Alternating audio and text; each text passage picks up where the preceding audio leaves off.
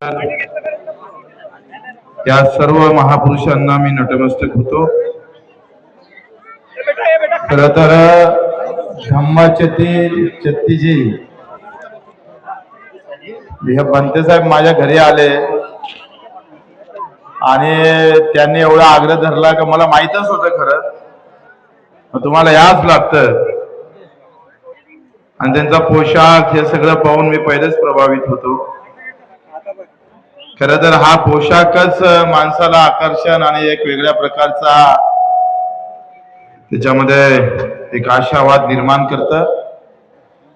बनतेजीचा शब्द खाली जाऊ नये म्हणून आणि या भूमीला आम्ही आलो पाहिजे एवढे सगळे उपासक उपासिका आम्ही इथे येतोय आणि बनतेजी खरंच आपलं सर्वांचं खरं तर मी आभार मानतो का तुमच्यामुळं या भूमीत आम्हाला येता आलं म्हणून आपला आभार मानतो।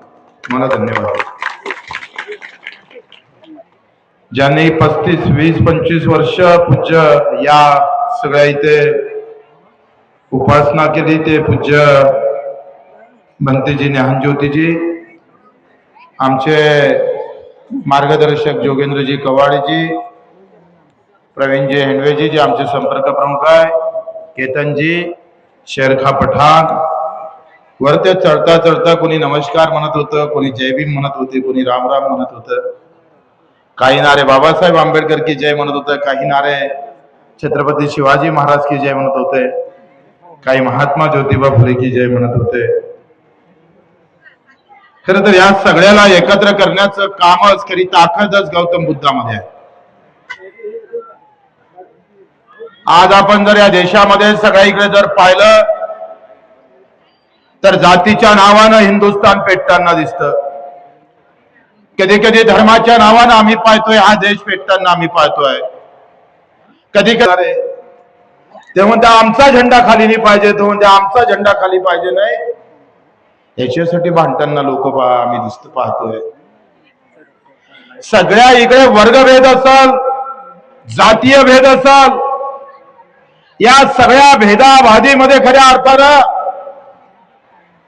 आम्ही खरा भारतच विसरलो की का अशी अवस्था आहे।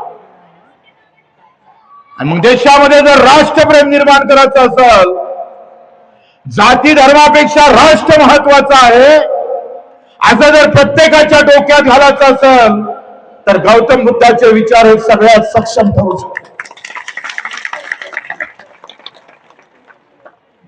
त्यांनी सगळ्या आयुष्यामध्ये दुःख कमी करण्याचं काम केलं।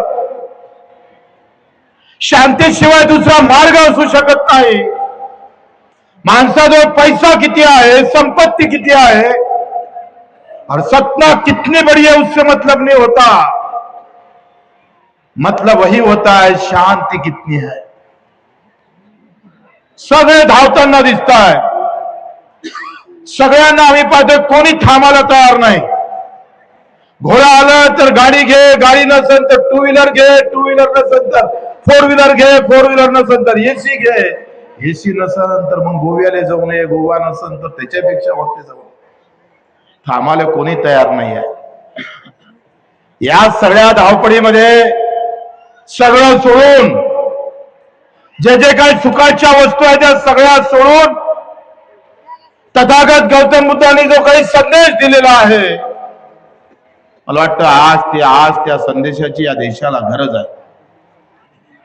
तुम्ही माना नोका मानो, मी जेव्हा आम्ही पाहतोय उपासक म्हणून काम करतोय, मी गौतम बुद्धाचा विचारक म्हणून काम करतोय, तेव्हा तलवार से तलवार नहीं तलवार रुक जाएंगे जब गौतम बुद्ध का विचार अगर आगे आ जाएगा तो। ह्या सगळ्या रक्तपात, सगळ्या रक्तरंजित, हा सगळं संपूर्णच खऱ्या अर्थानं विकासाचं दमदार पाऊल टाकू शकतो आपण। जर्मनी सारख्या देशामध्ये जात पात धर्म पंथ झेंड्याचा रंग हा प्रथम स्थानी नाही आहे, त्या देशामध्ये देश प्रथम स्थानी आहे। आणि ज्या देशात धर्म प्रथम स्थानी आहे, जात आणि त्याचा झेंड्याचा रंग प्रथम स्थानी आहे, तो देश कंगाल व्हायच्या दारावर लागलेला आहे। कारण खरे मुद्दे काय, कुठल्याही जातीचा शेतकरी असू दे, तो कुठल्याही धर्माचा शेतकरी असू दे, शेतकरी म्हटलं का दुःख तिथं अपार आहे. आम्ही जे चळवळ सुरू केली शेतकऱ्याचे, त्याचे दुःख नाहीसे करण्यासाठी केलेले आहे. ते एका जाती धर्मासाठी नाही आहे. प्रत्येक जातीतला काम करणारा कामगार मजूर या देशामध्ये उपाशी का झोपत? जो काहीच काम करत नाही त्याला 2 लाख रुपये महिना. मी रिटायर आमदार आहे, पडलेला आमदार आहे, मला 2.5 लाख 75,000 रुपये महिना भेटतो. काम काहीच नाही. इथला कलेक्टर 3 लाख रुपये महिना घेता, प्राध्यापक 1.25 लाख रुपये महिना घेता. आणि दिवसभर काम करणारा मजूर, कष्ट करणारा माझा शेतकरी, त्याला जगण्यापुरतं सुद्धा उरून पुरत नसल तर मग बाबासाहेब आंबेडकरांचा तो संघर्षाचा नारा, छत्रपती शिवाजी महाराजांच्या विचारासह महात्मा ज्योतिबा फुलेंनी जी क्रांती पेटवली ते पुन्हा पेटवायचं काम खऱ्या अर्थानं आपल्या सर्वांना करावं लागणार. कारण कष्टकरी उपाशी झोपता कामा नये. ज्याचे कष्ट अधिक असन त्याच्याकडे सुखही अधिक असलं पाहिजे. नेमकं तेच चुकतंय. इथून चंद्रपूरमध्ये नागभीडच्या गावात मी गेलो आणि तिथे एका शेतकऱ्याला किडनी विकावं लागली. काय लक्षण आहे हे भारताचं? तथागत गौतम बुद्धाच्या भूमीमध्ये, बाबासाहेबांच्या भूमीमध्ये, छत्रपती शिवरायांच्या भूमीमध्ये जर अशा पद्धतीने होत असेल तर मग तुम्ही कुठल्या धर्माचे हे महत्वाचं नाही आहे. तुमचा धर्म जर किडनी विकायची वेळ आणू देत असाल, तुमची सत्ता जर आम्ही सांगतोय किडनी विकायची वेळ आणत असेल शेतकऱ्याला, तर तुमच्या सत्तेला लाथ मारण्याची ताकद मात्र इथल्या भूमीनं आम्हाला दिली आहे. ते पण आम्हाला लक्षात ठेवावं लागेल. अरे आम्ही पाहतोय काहीतरी 1 लाख का 1.25 लाखासाठी 70 लाख रुपये मोजावं लागले. मी परभणीच्या एका शेतकऱ्याच्या घरी गेलो, त्यानं 3,000 रुपये भाव भेटले सोयाबीनले म्हणून आत्महत्या केली. आणि ती आत्महत्या केली म्हणून बायकोले माहीत झालं तर बायको नाही केली. जेव्हा PM झालं तेव्हा तिच्या पोटात 7 महिन्याचा गर्भ होता, तो पण मेला. या भूमीमध्ये असं जर होत असं तर आम्ही झेंड्याच्या रंगानं भांडायचं का तिच्या हक्कासाठी भांडायचं? रंग घेऊन लढाई चालवायची का त्या मायमावली शेतकरी शेतमजुरांसाठी लढायचं हे आम्हाला ठरवावं लागत. चुनाव तो जात और धर्म के बात लेकर ही आगे बढ़ता है. लेकिन इनका आवाज, किसान का आवाज उस सत्ताधारी तक जाता नहीं, क्योंकि झंडा हमारे हाथ में होता है. बाबासाहेबांचं एक वाक्य फार महत्वाचं आहे. बाबासाहेबांना सांगितलं, होय मी पहिले भारतीय आहो आणि नंतर सुद्धा भारतीय आहो हे ठणकावून सांगणारा महापुरुषाला माझा मानाचा मुद्रा आहे. भारताशिवाय, राष्ट्राशिवाय महत्वाचं नाही. आणि म्हणून आम्ही राष्ट्र म्हणून कधी लढू शकन का? आम्ही आमचं गाव म्हणून कधी लढता येईल का? मला शेतकरी मजूर म्हणून कधी लढता येईल का? आखरी गाव आम्ही पाहतोय पुन्हा ओसाण व्हायला लागले. कोई गाव में नहीं रुकता. जिसके पास पैसा है वो शहर में चला गया और जिसके पास थोड़ी बुद्धि आ गई वो भी शहर में चला गया. अब गांव में रहा कोई? जिसका कोई नहीं, ज्याचं कोणी वाली नाही तो गावातला माणूस झाला. आणि म्हणून आम्ही सगळ्या तुमच्याकडून फार अपेक्षा आहे. आमच्या भंतीजीने सांगितलं का रस्ता आणि लाईनची समस्या महत्वाची आहे. 1 साल के अंदर पुढच्या वर्षी यापर्यंत जर रस्ता झाला नाही तर आम्ही ते कार्यालय उचलून इथं आणल्याशिवाय राहणार नाही.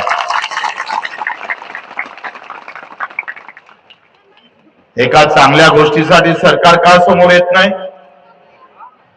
सरकारला का बरं 2 पावलं टाकायचे नाही?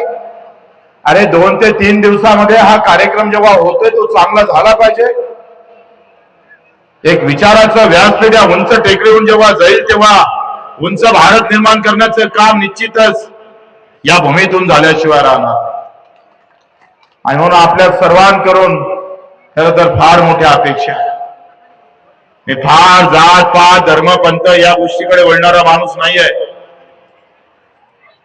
पण राजकारणामध्ये जातीशिवाय आणि धर्माशिवाय जमत नाही. जातीवर बोलला का लगेच माणूस नेता होत, आणि शेतकऱ्यावर बोलला का पडतोय माणूस. तुम्ही मजुराची गोष्ट करा, पडणार. तुम्ही शेतकरी म्हणून बोला, तुम्हाला पाळणार लोक. तुम्ही झेंडा घेऊन लढणार, तुमचेच आमदार दिसणार. चारों तरफ तुम्हारा ही माहौल होगा, क्योंकि संघर्ष की बात धर्म पर जब आती है तब संघर्ष बड़ा होता है, और किसान पर आती है तब संघर्ष ही नहीं होता है, काहीच होत नाही. 70% शेतकरी असणारा भारत देश पुन्हा रोज 12 आत्महत्या होते. जोगेंद्रजी 12 ते 13 आत्महत्या करते. त्याचे सुखाचे दिवस येणार तरी कधी? पहिले जातीच्या नावानं शिक्षण भेटायचं नाही. अहिल्यादेवी होळकरांच्या वेळेस त्या राजघराण्यात मुलांना शिक्षण दिलं जात होतं, धर्माचं काय असेल ते, पण महिलांना नव्हतं. अहिल्यादेवी होळकरांनी संघर्ष केला आणि राजघराण्यातलं शिक्षण पहिल्यांदा सुरू झालं. दुसरा संघर्ष सावित्रीबाई फुलेंनी केला, तो जातीच्या विरोधातला संघर्ष होता. कोणत्या जातीचे माणसं शिकल, कोणत्या जातीचे शिकणार नाही, तो संघर्ष आम्ही पाहतोय सावित्री बाईने सुरू केला. आता संघर्ष जातीपातीचा संपलाय, आता पैशाचा संघर्ष सुरू झाला. निळा झेंडावाला असू दे का भगव्यावाला असू दे का पिवळ्यावाला असू दे का हिरव्यावाला असू दे, जिसके पास पैसा है वो जर्मन में पढ़ने को जाता, और जिसके पास पैसा नहीं वो जिला परिषद में रुक जाता. पोट्टे 4 खुलियर मास्तर लापता. गरीबाचं शिक्षण थांबलं, गरीबाची आरोग्याची व्यवस्था थांबली. जातीभेदापेक्षा अर्थभेदाची लढाई लढता आली पाहिजे. हा अर्थभेदासाठी आम्ही समोर येता आलं पाहिजे. या अर्थभेदामुळे आम्ही मरतोय. या अर्थभेदाची लढाई शेतकरी शेतमजुराच्या खऱ्यापासून सुरू होतं. आज कंपनीतला कामगार पहा काय अवस्था आहे. आज शेतकऱ्याच्या मजुराची अवस्था, शेतकऱ्याची अवस्था, या सगळ्या व्यवस्थेवर आम्हाला लढावं लागेल. भंतेजीनं ज्या पद्धतीने सांगितलं, टायगरनं इथं 150 लोक मारले. एक टायगर और 150 लोक खतम. आता 150 लोक एका इकडे, एक टायगर, एक वाघ एका इकडे. तुम्ही जर एका माणसानं 150 माणसानं एक टायगर मारला असता, 150 लोक अंदर राहिले असते. म्हणजे तो टायगर फक्त आमदार खासदार मंत्र्याच्या घरात जात नाही. मला वाटते हा टायगर दिल्लीत आणि मुंबईत गेला पाहिजे खायला. तो गावात येतं म्हणून प्रॉब्लेम आहे. तो अगर दिल्ली मुंबईतल्या लोकांनी जर थोडासा जर आरोडी केली असती तर फिर मजा आती थी. लेकिन गांव वालों की कीमत क्या है, हमारी औकात तो भी क्या है. हम गांव वाले हैं भाई, हम तो भीख मांगने वाले लोग हैं. हमारी कोई औकात नहीं रही है. ही औकात दाखवायची वेळ आता गावकऱ्यांची आली आहे लक्षात. आणि म्हणून भंतेजीनं सांगितलं त्या पद्धतीनं आम्ही एप्रिल महिन्यात दीक्षाभूमी ते रामटेक, रामटेक ते गोंदिया, गोंदिया ते भंडारा, भंडारा ते गडचिरोली आणि गडचिरोली ते चंद्रपूर पदयात्रा काढणार आहोत 15 दिवसाची. आणि सरळ आम्ही पाहतोय ताडोबात घुसणार आहोत. एक तर आम्हाला ताडोबात राहू द्या, नाही तर मग वाघाले तरी तिथे ठेवा. अब जंगल में मंगल करेंगे, जंगल बुक कर डालेंगे. भंतेजी साहेबांना सांगितलं त्या पद्धतीने कारवाई होईल. या शेतकऱ्यासाठी, मजुरांसाठी, इथल्या सगळ्या कष्टकरी लोकांसाठी ही एक लढाई आम्ही सुरू करतोय. आपला सहभाग तिथं असं द्यावा. आज थांबायलाच पाहिजे होतं खरं तर, पण उद्या आमचे कार्यक्रम आमच्या कार्यकर्त्यांना लावले आहे. त्यांनी खर्च गिर्च केलेलं असतं, ते शिव्या देतं. बिचारे गरीब आहे. पहिलेच 50,000चा कार्यक्रम घेतो म्हटलं तर मोठी अडचण येतात. आणि म्हणून भंतेजी म्हणत होते का थांबा, पुढच्या वर्षी मात्र नक्की मुक्कामी येईल बच्चे कुळाने, इथंच थांबून सकाळी आम्ही जाऊ. आपण सर्वांनी अतिशय गुण्यागोविंदानं, फार आपुलकीनं, काही कोणताही महापुरुष एका जातीपुरता विचार करून मोठा झालेला नाही. आम्ही सगळे ना विचार बाबासाहेबांनी सगळ्यांचा विचार केला. प्रत्येक घरातला गरीब, प्रत्येक घरातला दुःखी माणूस त्याच्यापर्यंत हे राज्य गेलं पाहिजे, त्याला हे सुखाचा श्वास घेता आला पाहिजे, याच्यासाठी प्रचंड कष्ट बाबासाहेबांना घेतले. एवढी मेहनत कदाचित आम्ही पाहतोय ना भूतो ना भविष्य, एवढी मेहनत बाबासाहेबांनी घेतली. त्या प्रत्येक मेहनतीला, त्या प्रत्येक समाला बच्चू कडूचा मानाचा मुद्रा आहे. आखरी हे कष्टाचं, सगळ्या मेहनतीचं चीत होणं महत्वाचं आहे. चुनाव आता है और फिर मटन, चिकन और मटन और दबाव बटर, ऐसा नहीं होना चाहिए. कोई जात के नाम पर गुंडा चुन के नहीं आना चाहिए. कोई भी जात का काम करणारा कार्यकर्ता आता समाजातून हद्दपार झालेला आहे. तो निवडणुकीत दिसतच नाही, पैसेवालाच दिसतो आपल्या जातीचा. जिसके पास बड़ा पैसा वही चुन के आता है, जिसके पास पैसा नहीं वो रुक जाता है. तू आहे पेशंट आहे तर तू घेऊन जाय, आंदोलन आहे का तू कर, आणि निवडणूक आहे तू नाही पाहिजे, तू पाहिजे नाही. पैसा आहे का काय तो? जातीतला संघर्ष पैसा आणि कमी पैशावाल्याचा आहे. हे सुद्धा आम्हाला लक्ष ठेवावं लागेल. काम करणारा कार्यकर्ता कुठल्याही जाती धर्माचा असू द्या, तो थांबता कामा. हा विचार भविष्यात. लोकशाहीमध्ये मतदान हे आत्मा आहे, आणि हा मतदानाचा अधिकार बाबासाहेबांना जो दिला, तो कुठेतरी विचारांना देता आला पाहिजे.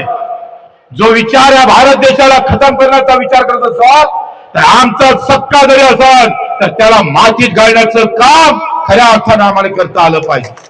तेव्हा बाबासाहेबांना खऱ्या अर्थानं आम्ही त्यांची जयंती पूर्ण करू असं आम्ही समजू. आणि म्हणून आपल्या सर्वांचं खरं तर आभार मानतो, सगळ्यांना धन्यवाद देतो. आणि बच्चू कडू म्हणून आम्ही आमच्या सोबत, आपल्या सोबत एक विचार म्हणून, तो एका धर्माला जाऊन संपत नाही, एका जातीला जाऊन संपत नाही. तो विचार, या विचारातून त्या विचाराचा, प्रत्येक घराचं सुख आणि सुखातूनच तो विचार समोर जातं. तथागत गौतम बुद्धांनी जे सांगितलं, आखरी शांती आणि दुःख नष्ट करण्याचं काम आम्हाला भविष्यात करावं लागेल. कुणी दुःखी राहता कामा नये. नाही तर तुम्ही इकडे पोथी वाचणार, इथं 2 दिवस घालवणार आणि बाजूचा माणूस उपाशी असणार. मग तुमचं येण्याला काही इथं अर्थ नाहीये. अगर वहां खून की जरूरत है और आप घूम रहे जिंदाबाद जिंदाबाद करके, तो फिर वो जिंदाबाद में मजा क्या है? अगर खून की जरूरत है, खून देना पड़ेगा, जिंदाबाद को थोड़ा रोकना पड़ेगा. हा विचारानं आम्हाला समोर जावं लागेल. मी बाबासाहेबाच्या वंशाचा नाही असू शकत, नाही होऊ शकलो, पण मी त्याच्या विचाराचा पायिका, एक कार्यकर्ता, याचा मला गर्व आहे.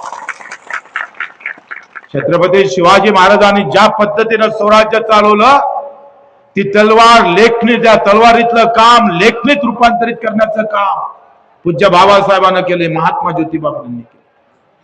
जब तलवार का जमाना था तब छत्रपति थे, और जब तलवार रुक गई तब कलम आ गई, और वो बाबा साहेब ने चलाई है.